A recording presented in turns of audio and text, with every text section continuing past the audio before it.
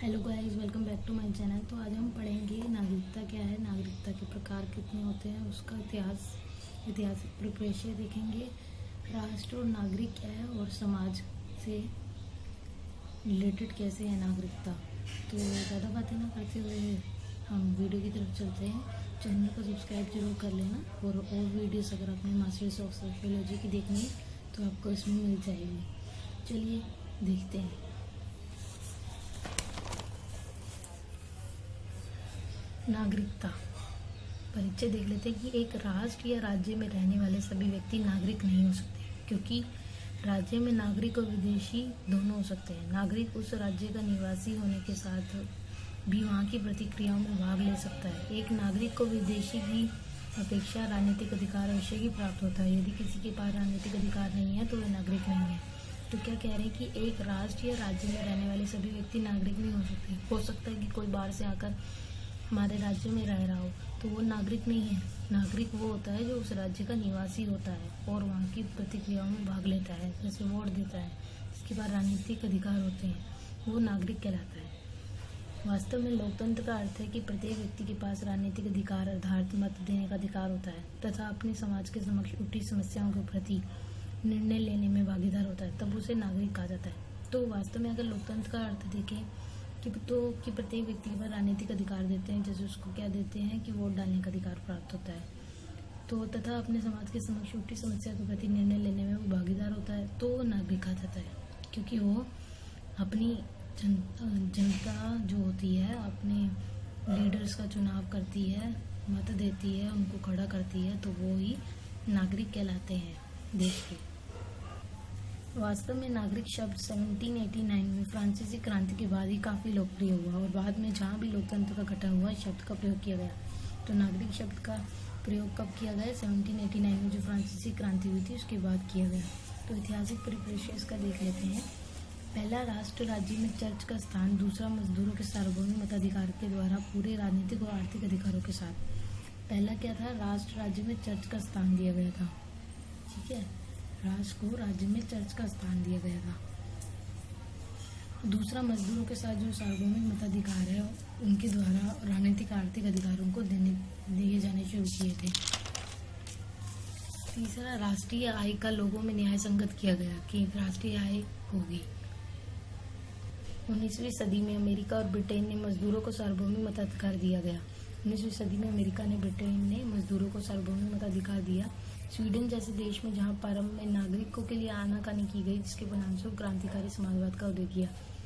तो उसमें नागरिकता के लिए आनाकानी की गई स्वीडन में, तो वो क्रांतिकारी समाजवाद उदय हुआ। रूस में 1918 में स्वतंत्र और समान मताधिकार नहीं होने के कारण क्रांतिकारी मार्क्सवाद आया। रूस में 1918 स्वतंत्र नहीं थे, वहाँ पे समान मताधिकार नहीं थे, उसकी वजह से वहाँ पे क्रांतिकारी मार्क्सवाद आया था। और फ्रांस में मजदूरों को अधिकार तो दिए गए लेकिन आर्थिक अधिकार नहीं दिए गए थे, उनको आर्थिक अधिकार से उनको वंचित किया गया था। तो ये थोड़ा था कि कैसे 19वीं सदी में स्वीडन में, ब्रिटेन में, अमेरिका में नागरिकता का लाने का प्रयास किया गया नागरिकता को। अब हम देख लेते हैं नागरिकता की परिभाषा। रोम की न्याय व्यवस्था में नागरिकता का आशय विधि के अनुसार व्यवहार करने की स्वतंत्रता, विधि से सुरक्षा मांगने और अपेक्षा करने की स्वतंत्रता था। तो जो रोम की न्याय व्यवस्था थी उसमें था नागरिकता का आशय था कि विधि के अनुसार कैसे व्यवहार करने की स्वतंत्रता, विधि से सुरक्षा मांगने की, अपेक्षा करने की स्वतंत्रता था। आधुनिक राज्य में कानूनी स्तर पर नागरिकता व्यक्ति और राजनीतिक समुदाय के सदस्यों के बीच अधिकारों और कर्तव्यों की निश्चित समानता को बताती है। तो आधुनिक राज्य में जो कानूनी स्तर पर नागरिकता है वो व्यक्ति और राजनीतिक समुदाय के बीच बताती है कि अब हम क्या है अपना चुनाव लड़के हम जनता जो है वोट दे सकते हैं, ताकि जिसको हमें खड़ा करना है उनको अपने लीडर्स को खड़ा कर सकते हैं। वास्तव में किसी क्षेत्रीय राज्य की सहभागितापूर्ण सदस्यता को ही नागरिकता कहते हैं। कि किसी क्षेत्रीय जो राज्य की सहभागिता है कि हम किसी एक राज्य के सदस्य हैं और अपनी सहभागिता देते हैं, मत डालते हैं और लीडर्स को खड़ा करते हैं, तो वो ही नागरिकता है। ग्रीक और रोम में पैदा हुई तथा मध्यकाल में नगर राज्यों में प्रचलित 19वीं और 20वीं सदी में पूंजीवादी समाजों में तेजी से फैली ये विचारधारा परम से ही पश्चिमी विचारधारा है। तो ये क्या है? परम से ही जो ग्रीक और रोम में जो पैदा हुई थी 19वीं और 20वीं सदी में पूंजीवादी समाजों में, तो ये पश्चिमी विचारधारा आई थी कि नागरिकता होनी चाहिए। कानूनी और राजनीतिक सिद्धांतों के अनुसार नागरिकता का आशय, कानूनी और राजनीतिक सिद्धांतों के अनुसार नागरिकता का क्या आशय है कि किसी राष्ट्र, राज्य अथवा नगर के सदस्य के अधिकारों और कर्तव्यों से, कि किसी राष्ट्र, राज्य में अगर कोई व्यक्ति है तो उसके क्या अधिकार और कर्तव्य है। समाजशास्त्र में नागरिकता का सिद्धांत टी.एच. मार्शल की विचारधारा से प्रेरित और प्रभावित है। टी.एच. मार्शल ने सोशियोलॉजी में नागरिकता का सिद्धांत टी.एच. मार्शल की विचारधारा से प्रेरित है। उसने नागरिकता को एक ऐसी हैसियत के रूप में परिभाषित किया जिसे किसी समुदाय का पूर्ण सदस्य प्राप्त करता है। तो उन्होंने क्या बोला नागरिकता को, जिसे कोई समुदाय का पूर्ण सदस्य प्राप्त करता है। उसने नागरिकता के नागरिक, राजनीतिक और सामाजिक 3 अंगों की चर्चा की है। कितने अंग? नागरिक, राजनीतिक और सामाजिक अंग। नागरिक अधिकार व्यक्तिगत स्वतंत्रता के लिए आवश्यक है, जो कानूनी न्यायालय में संस्थागत है। नागरिक अधिकार चाहिए क्योंकि हमें व्यक्तिगत स्वतंत्रता चाहिए। राजनीति नागरिकता समाज में वोट डालने या राजनीतिक पद ग्रहण करने के माध्यम से है, वो राजनीतिक नागरिकता हो गई। और सामाजिक नागरिकता एक समूचे जीवन स्तर में भागीदार होने का अधिकार, और ये अधिकार आधुनिक समाजों के कल्याणकारी और शैक्षणिक व्यवस्था में समाहित हो चुका है। तो सामाजिक नागरिकता क्या है? एक समूचे जीवन स्तर में जैसे हमें भागीदार होने का अधिकार है। ठीक है, तो क्या था समाजशास्त्र में हमने देखा कि नागरिकता का जो सिद्धांत है टी.एच. मार्शल ने दिया था, और इसको उन्होंने इसको किस में बांटा था, उन्होंने नागरिकता को कहा था कि वो एक हैसियत के रूप में परिभाषित किया था, और उन्होंने इसको 3 चीज़ों में बांटा था, नागरिक, राजनीतिक और सामाजिक, 3 अंगों में बांटा था। ठीक है, अभी आगे देख लेते हैं, यहाँ तक समझ आ जाएगा नागरिकता की परिभाषा। अब देख लेते हैं वैश्विक नागरिकता क्या होती है। नागरिकता की पुरानी अवधारणा फीकी पड़ती जा रही है और वैश्विक नागरिकता की अवधारणा जोर पकड़ती जा रही है। वैश्विक नागरिकता उस प्रक्रिया की शुरुआत है जहाँ मिट्टी और खून के बचाव लिप्त होगी और हमारी चेतना विश्व नागरिक के रूप में विस्तृत होगी, और तथा जो जातीय और राष्ट्रीय इतिहास से उत्पन्न तनावों पर काबू पाने में हमारी सहायता करेगी। वास्तव में विश्व नागरिकता संकीर्ण राष्ट्रीय पहचान को कमजोर करके पूरे विश्व का सदस्य बनाए। तो वैश्विक नागरिकता होती है कि हमें सिर्फ अपने राज्य और अपने राष्ट्र की ही नागरिकता प्राप्त ना हो, हमें पूरे विश्व की नागरिकता प्राप्त हो। अगर हमें पूरे विश्व की नागरिकता प्राप्त होगी तो फिर मुश्किल हो जाएगा, कोई किसी भी देश में आ जा सकेगा।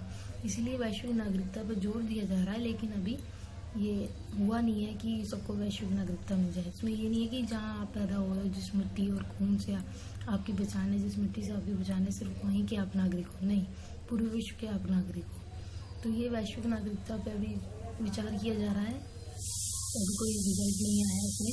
तो वैश्विक नागरिकता वो होती है जब हम विश्व में अपनी नागरिकता पाना चाहते हैं।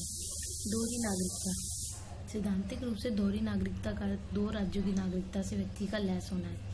दोहरी नागरिकता मतलब 2 राज्यों की नागरिकता। दोहरी नागरिकता से स्थानीय लोगों में जलन की भावना पैदा हो सकती है, जिनसे ये महसूस हो सकता है कि प्रवासियों को खुशहाली के लिए अपने देश को छोड़कर जाने के लिए पुरस्कृत किया जा रहा है। तो इसमें क्या होता है, दोहरी नागरिकता से मतभेद उत्पन्न होते हैं कि वो वहाँ से यहाँ देश छोड़कर आए हैं और हमने उनको नागरिकता दे दी, तो उनको लगेगा कि ये देश छोड़कर आए हैं तो हमने उनको गिफ्ट में नागरिकता दे दी।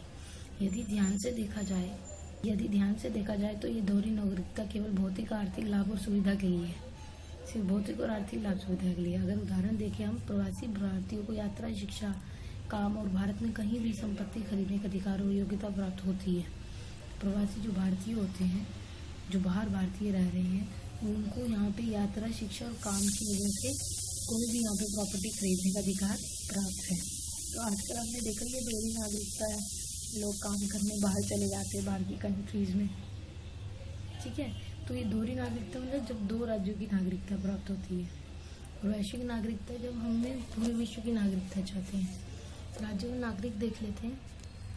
समाज के भीतर अस्तित्व में विद्यमान राज्य एक महत्वपूर्ण संस्था है। जिस प्रकार से अन्य संस्थाओं के अपने अपने उद्देश्य होते हैं, इसी प्रकार राज्य के भी अपने अपने उद्देश्य होते हैं। राज्य का लोगों के जीवन में काफ़ी महत्व है। इसके विस्तृत प्रभाव का एक मुख्य कारण है सार्वभौमिकता। किसी क्षेत्रीय समान के सभी लोग राज्य के क्षेत्राधिकार में आते हैं। तो किसी भी जो है क्षेत्रीय समाज के लोग हैं, एक क्षेत्र के लोग भी राज्य के क्षेत्राधिकार में नहीं आते हैं। पुलिस और रक्षा बल राज्य के दमनकारी ढांचे के रूप में है। अपनी सार्वभौमिक विशेषता के कारण राज्य अपने नागरिकों के साथ अवैयक्तिक व्यवहार करता है, जैसा कि नौकरशाही में होता है। नागरिक उस समय कानून, नियमों आदि का विरोध करने लगते हैं जब वे असहाय महसूस करने लगते हैं। अगर राज्य उनके साथ कुछ गलत करता है तो वो कानून का यूज़ करके कोर्ट्स में जा सकते हैं, क्योंकि कानून दमनकारी शक्ति द्वारा लागू किया जाता है, इसलिए कानून कभी कभी व्यक्ति को ऐसा करने को बाध्य कर सकता है जो वह व्यक्ति नहीं करना चाहता। तब उसे लगता है कि राज्य एक बाहरी शक्ति है जो उसकी स्वतंत्रता छीनती है, जिसका वह आदर करती है। कभी कभी उनको लगता है कि राज्य हमारी शक्ति छीन रहा है, पर ऐसा है नहीं। अगर आपको ऐसा लगता है तो आप इसके खिलाफ आवाज़ उठा के कोर्ट तक जा सकते हैं। हम लास्ट टॉपिक देख लेते हैं इसका, नागरिक समाज। लास्ट टॉपिक ये है, लास्ट नागरिक समाज। नागरिक और समाज कैसे जुड़ा है? लॉक और रूसो ने नागरिक समाज शब्द का प्रयोग नागरिक सरकार को, प्राकृतिक समाज और प्रकृति को राज्य से पृथक वर्णन करने के लिए किया है। तो जो नागरिक समाज है वर्ड, इसका प्रयोग लॉक और रूसो ने किया था। क्यों किया था? कि ताकि नागरिक सरकार को प्राकृतिक समाज और प्रकृति को राज्य से अलग कर सके। प्रकृति को राज्य से और नागरिक सरकार को प्राकृतिक समाज से अलग कर सके, इसलिए लॉक और रूसो ने ये वर्णन किया था। हीगल का मत है कि केवल राज्य के माध्यम से ही सार्वभौमिक हित सुरक्षित कर सकते हैं। सार्वभौमिक अगर हित हमें अपने चाहिए तो हम सिर्फ राज्य के माध्यम से ही कर सकते हैं। मार्क्स का मत है कि मध्यकालीन समाज के नष्ट होने से नागरिक समाज का उद्भव हुआ। इससे पहले लोग कई समाजों या रियासतों के सदस्य थे जिनकी अपनी राजनीतिक भूमिका थी। तो मार्क्स का मत है कि मध्यकालीन समाज जब नष्ट हो गया तो नागरिक समाज का उद्भव हुआ। नागरिक समाज में व्यक्ति को महत्वपूर्णता प्रदान की गई है। इससे केवल कानूनी संबंध है जो दंड के डर के कारण मानवीय संबंधों को बनाए हुए हैं। तो क्या है, कानून का इतना डर है कि हमें किसी के साथ गलत नहीं करना, तो वो मानवीय संबंधों को जोड़े हुए हैं। टेलीग्राम पे लिंक तो मैं डिस्क्रिप्शन में टेलीग्राम का लिंक डाल दूंगी। नोट्स अगर आपको चाहिए होंगे तो वहाँ पे मैं आपको दे दूंगी। मार्क्स कहता है कि विखंडित और संघर्षशील स्वभाव वाले नागरिक समाज की संपत्ति से संबंधों के कारण एक प्रकार की राजनीतिक आवश्यक हो जाती है। तो अभी हमने इसमें पढ़ा कि नागरिकता क्या है, परिचय पढ़ा पहले हमने कि एक राष्ट्र जो है, राज्य है, वो नागरिक कोई भी अगर विदेशी रह रहा है और स्वदेशी रह रहा है तो दोनों नागरिक नहीं है। नागरिक वही है जिनको लोकतंत्र के हिसाब से राजनीतिक अधिकार प्राप्त है। फिर हमने इसका पूरा ऐतिहासिक परिदृश्य देखा कि पहले राष्ट्र राज्य में चर्च को स्थान प्राप्त था, फिर मजदूरों को अधिकार दिए गए, फिर 19वीं सदी में अमेरिका और ब्रिटेन ने मजदूरों को सार्वभौमिक अधिकार दिए, फिर स्वीडन ने नागरिक के लिए आंदोलन की तो उसमें क्रांतिकारी समाजवादी उदय हुआ।